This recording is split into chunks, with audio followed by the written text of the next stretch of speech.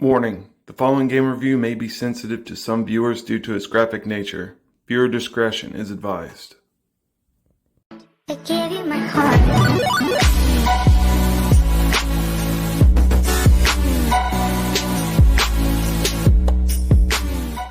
Chiller was the goriest, most twisted, dark game ever adapted to the home console, and from what I read, it was banned in the UK, but oddly enough, not here.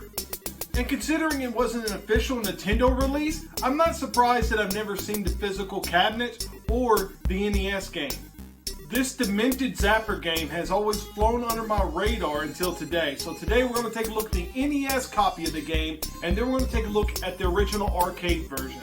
So let's pop it in the system, grab our Zapper gun, and get shooting. So you have an option in using the NES controller or the Zapper, and since I don't get to use my Zapper that often, I decided to go with the Zapper. The first thing that I noticed when playing this game is the Atari-like soundtrack to it, which is kind of disappointing considering the content to this game. The first level we come to is the graveyard, and you're blasting away the zombie in the ground, their arms, and the severed heads that line the fence. And there's hidden items around this level too that you can find, and usually it's behind the red dots you see flash on the screen. The grave to your right is supposedly on fire, and the person pushing the baby carriage back and forth is supposedly supposed to be the Grim Reaper pushing around dead body parts. At least that's how it was on the arcade version. I can understand if they changed it to an old lady pushing around a carriage. It looks like she's a ghost in this game, but it's definitely different in the arcade.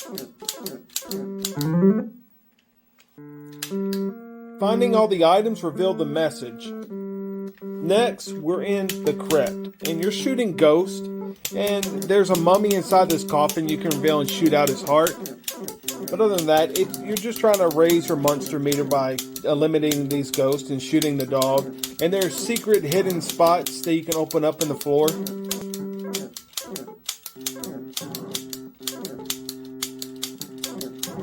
But other than this, it's really not that gory, not that bad. At least not yet. It's really here at the torture chambers where things go a little too far as you help the monsters torture and dismember all the helpless prisoners. Like, you can literally lower down this person to be eaten away by an alligator, blow away the body parts of the people who are tied up. I mean, it is completely insane, and this isn't even the worst one. The second one is even more gruesome than this one.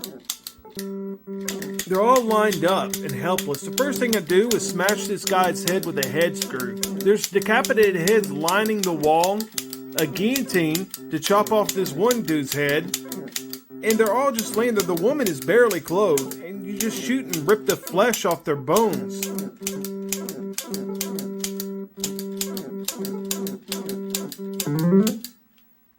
I know the NES version isn't too graphic and pretty tame compared to the arcade version, but there's been some people who outright believe that the arcade version is a creation from hell by the most demented evil person. One person compared the gore factor to a scene in Dexter where he walks into a hotel room full of blood.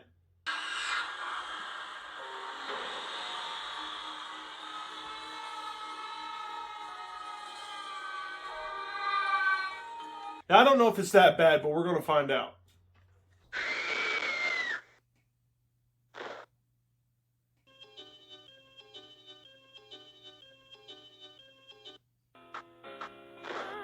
You can hear their screams as you rip away their flesh to reveal their bones.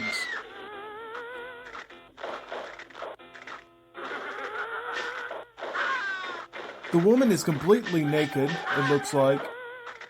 I mean, it's all the same elements to the NES game, except it's a lot more detailed and a lot more gruesome. You even have animals and rats and birds feasting on the dead corpses.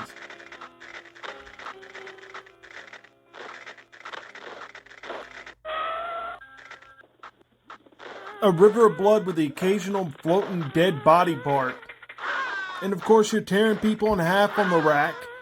You're lowering down that guy to get ate away by the alligator, which is just more detailed and more gory.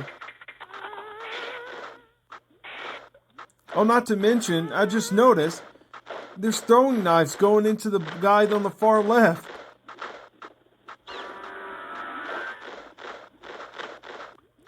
This is insane. The Crep gameplay is pretty much the same as it is on the NES, with better graphics of course and soundtrack.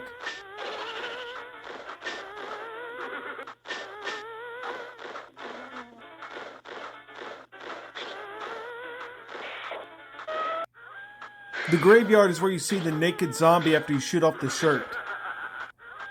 The gravestones are different too, with one turning into a fountain of blood and the other one revealing initials.